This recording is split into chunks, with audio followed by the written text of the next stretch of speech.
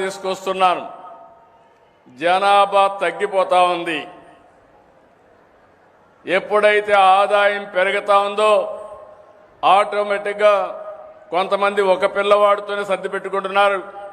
ఒకవేళ మగ పిల్లవాడు కాకపోతే మళ్ళా ట్రై చేసే పరిస్థితికి వస్తున్నారు.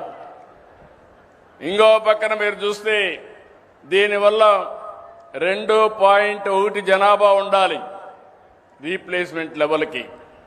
అంటే జీవితకాలంలో ఒక దంపతులు 2.1కి జన్మనిస్తే జనాభా నియంత్రణ అంటే సమగ్రంగా జరుగుతుంది.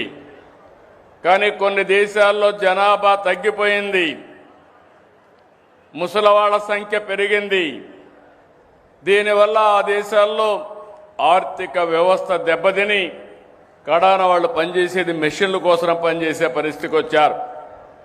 నేను చాలాసార్లు ఆలోచించాను. ఒకప్పుడు కుటుంబ నియంత్రణ కోసం నేను పనిచేశాను.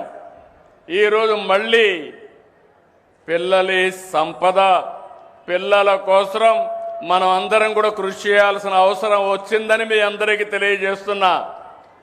అందుకని నేను ఇంకొక నిర్ణయం కూడా చేసుకొని నెలలో వస్తున్నా మీ దగ్గరికి. మూడో చైల్డ్కి 30,000 రూపాయలు పుట్టిన వెంటనే ఇస్తాం. 4వ చైల్డ్కి 40,000 రూపాయలు ఇస్తాం.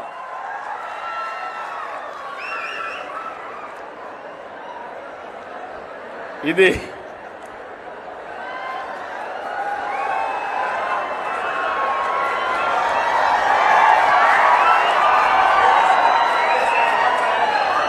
ఏంటి, ఇది కరెక్ట్ అయిన నిర్ణయం అని మిమ్మల్ని అడుగుతున్నా. మా ఆడబిడ్డలు చెప్పండి అమ్మా, మీరేమంటారు? మీరే సృష్టి కర్తలు, మీరు లేకపోతే సృష్టి లేదు. అలాంటి మనందరం కూడా ఆలోచించుకోవాల్సిన అవసరం ఉంది. నేను వస్తాను. మీరు అనుకుంటున్నారు పిల్లలు భారం అని. కాదు, పిల్లలే మీకు సంపదను నిరూపించే బాధ్యత నాదని మరొక్కసారి హామీ ఇస్తున్నా. ఇంకా పగడ్బందీగా చేస్తాం. అంగన్వాడీలను ఇంకా బాగా చేయడం. మొదటి తారీఖు వస్తానే మీ అకౌంట్లో 15,000 రూపాయలు తల్లికి వందనం కింద మీ అకౌంట్లో వేస్తున్నా. భగవంతుడు కరుణిస్తే ఇంకా పెంచే బాధ్యత కూడా తీసుకుంటానని మీ అందరికీ హామీ ఇస్తున్నా. ఇప్పుడిప్పుడు చాలా కష్టాలున్నాయి, అన్నీ అధిగమించాలి.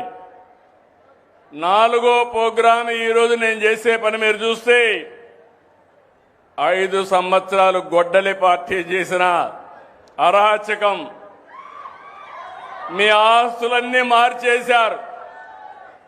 అందుకే నేను ఒకటి ఆలోచించాను, జీవితంలో మళ్ళీ మీ భూముల జోలుకు రాకుండా టెక్నాలజీ బాగా అభివృద్ధి చేశాం. Block chain technology, QR code పెట్టి మీ భూములు సర్వే చేసి మీ ఆమోదంతో మీ రికార్డు మీకు ఇచ్చే బాధ్యత సంవత్సరం పెట్టుకున్నా.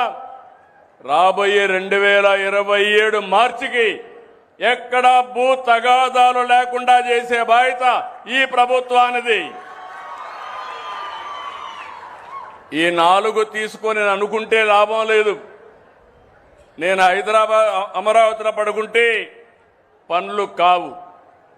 అందుకే స్వచ్ఛాంధ్ర స్వర్ణాంధ్ర ఒక ఉద్యమంలా చేస్తున్నాం. 17సారి నేను వచ్చాను. ఫలితాలు కనిపిస్తున్నాయి, మార్పు కనిపిస్తుంది. స్వచ్ఛత వైపు సగర్వంగా అడుగులు వేస్తున్నాం. నేను స్వచ్ఛాంధ్ర అంటే రోడ్డు మీద కాగితాలు లేకుండా ఉండడం, ఇంట్లో చెత్త లేకుండా ఉండడం మీరు అనుకుంటున్నారు. కాదు, మనలో కూడా మార్పు రావాలి.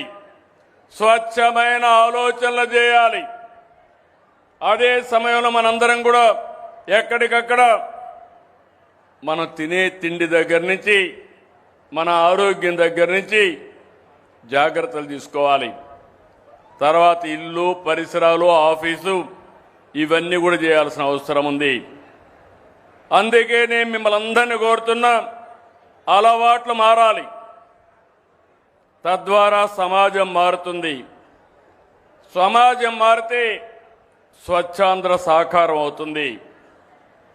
నేను 2047కి స్వర్ణాంధ్ర లక్ష్యంగా పనిచేస్తున్నాను.